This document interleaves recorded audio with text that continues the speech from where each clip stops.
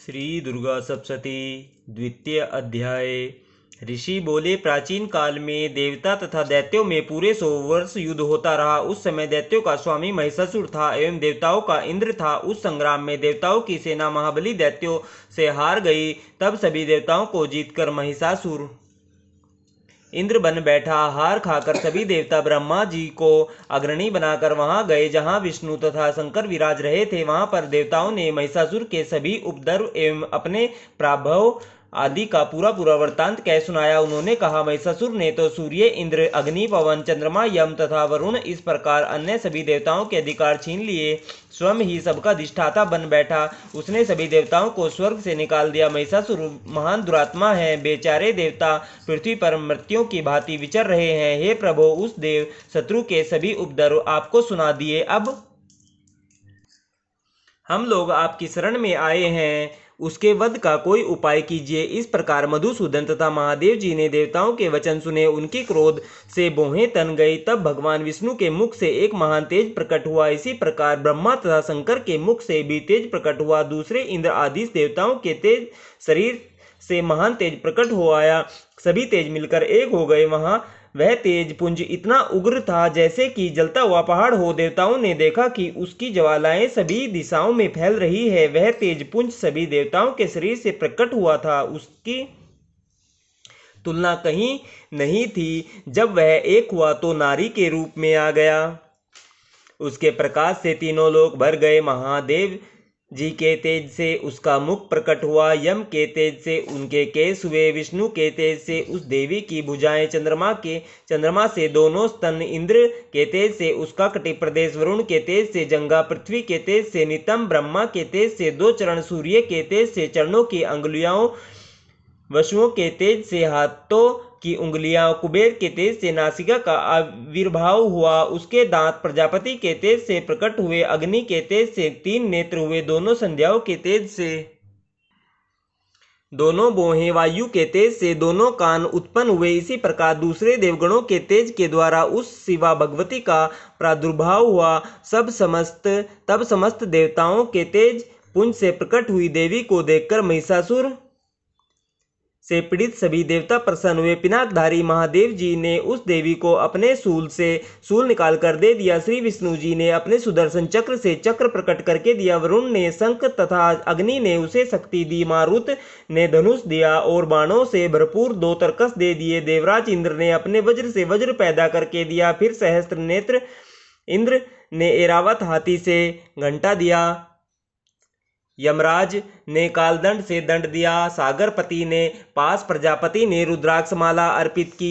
ब्रह्मा ने कमंडल भेंट किया। सूर्य ने भगवती के सभी रोमकूपों में अपनी किरणें प्रदान की। काल ने तलवार तथा उत्तम ढाल अर्पण की। क्षीर सागर ने हार तथा कभी पुराने न होने वाले 2 वस्त्र भेंट किए। इसी प्रकार चूड़ामणि, दिव्य कुंडल तथा 2 कड़े भी भेंट किए और चमकता हुआ अर्धचंद्र सभी भुजाओं के लिए, बाजूबंद चरणों के लिए, नुपुर कंठ के लिए सर्वोत्तम कंठुला भेंट किया। इसी प्रकार सभी अंगुलियों के लिए रत्न जड़ित मुद्रिकाएं प्राप्त की। विश्वकर्मा ने निर्मल परशु भेंट किया और अनेकों रूपों वाले अस्त्र, अभेद कवच, मस्तक तथा गले में धारण करने के योग्य कभी न कुंभलाने वाली कमलों की माला दी।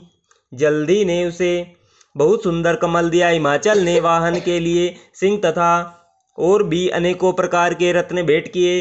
कुबेर ने सुरा पूर्ण पान पात्र दिया। सभी नागों के स्वामी शेष जी ने महामणियों से सुशोभित नागहार दिया जो शेष जी इस पृथ्वी को धारण किए हैं। इसी प्रकार दूसरे देवताओं ने भी भूषण तथा आयुधों के द्वारा देवी जी का सत्कार किया।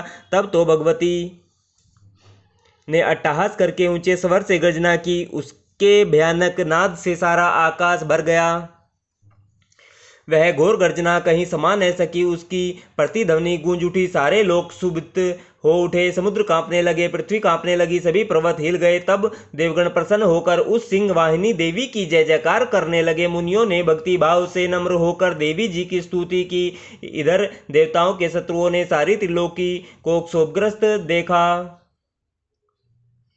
तब तो वे अपनी सारी सेना को कवच आदि से तैयार कराकर अस्त्र शस्त्र लेकर झट उठ खड़े हुए। महिषासुर क्रोध में आकर बोला, अरे यह क्या हो रहा है। इतना कहकर सभी दैत्यों के साथ घिरकर उस सिंहनाद की ओर भागा। वहां जाकर उसने तीनों लोकों को अपने तेज से प्रकाशित करती हुई देवी को देखा। उस देवी के चरणों के भार से पृथ्वी दबी जा रही थी। माथे के किरीट मुकुट से आकाश पर रेखाएं पड़ती जा रही थी। उसके धनुष की टंकार से सातों पाताल सोग्रस्त थे। हजारों भुजाओं से सभी दिशाओं को ढांप कर वह देवी खड़ी हुई थी। उन देवी जी के साथ उन दैत्यों का युद्ध आरंभ हो गया। नाना प्रकार के अस्त्र शस्त्र का प्रहार करने लगे। उनसे सभी दिशाएं भर गई। महिषासुर का सेनापति उस समय चिक्षुर नाम का एक महान दैत्य था। देवी जी के साथ उसी का युद्ध होने लगा। इसी प्रकार अन्य दैत्यों को तथा चतुर्गणी सेना को साथ लेकर चामर भी युद्ध करने लगा। 60,000 दैत्यों के साथ लाकर उद्गर महादैत्य भी युद्ध में प्रवृत्त हो गया। महानु दैत्य 1 करोड़ रथियों को साथ लेकर लड़ पड़ा। तलवार के सामने पहने रोमों वाला असीलोमा नामक दैत्य 5 करोड़ रथियों के साथ युद्ध में आ गया। 60 लाख रथियों से आवृत वास्कल दैत्य युद्ध में उतर पड़ा।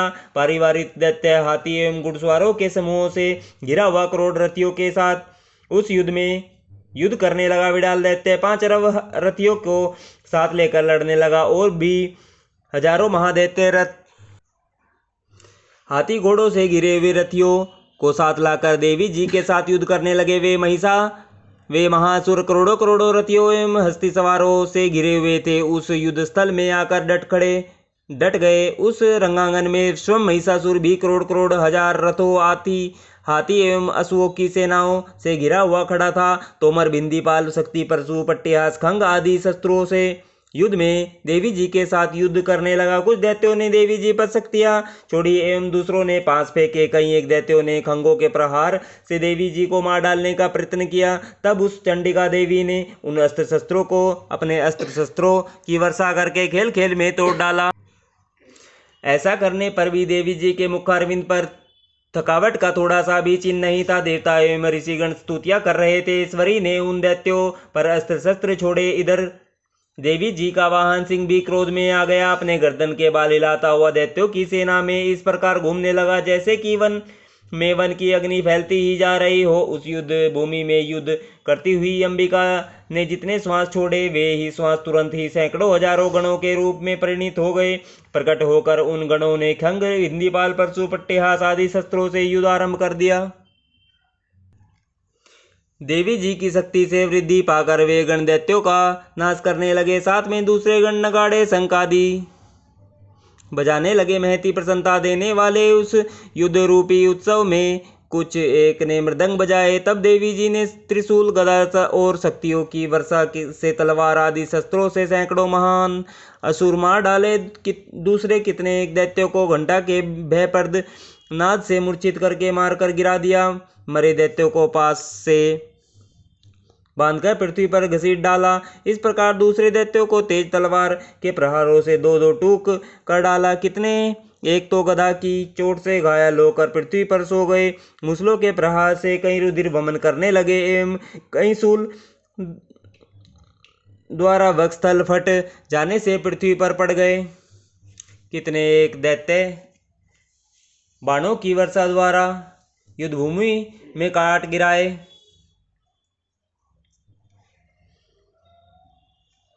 सेनबाज पक्षी की भांति आक्रमण करने वाले देव शत्रु दैत्य प्राण छोड़ने लगे। कितने एक दैत्यों की भुजाएं कट गई, दूसरों की गिरवाएं छिन छिन हो गई। कई दैत्यों के सिर कट गए, दूसरे मध्य से विदीर्ण हो गए। कुछ दैत्यों की जंघाएं कट गई और पृथ्वी पर गिर गए। कुछ एक दैत्यों को तो एक भुजा, एक आंख, एक पांव वाला करके दो टुकड़े कर डाला।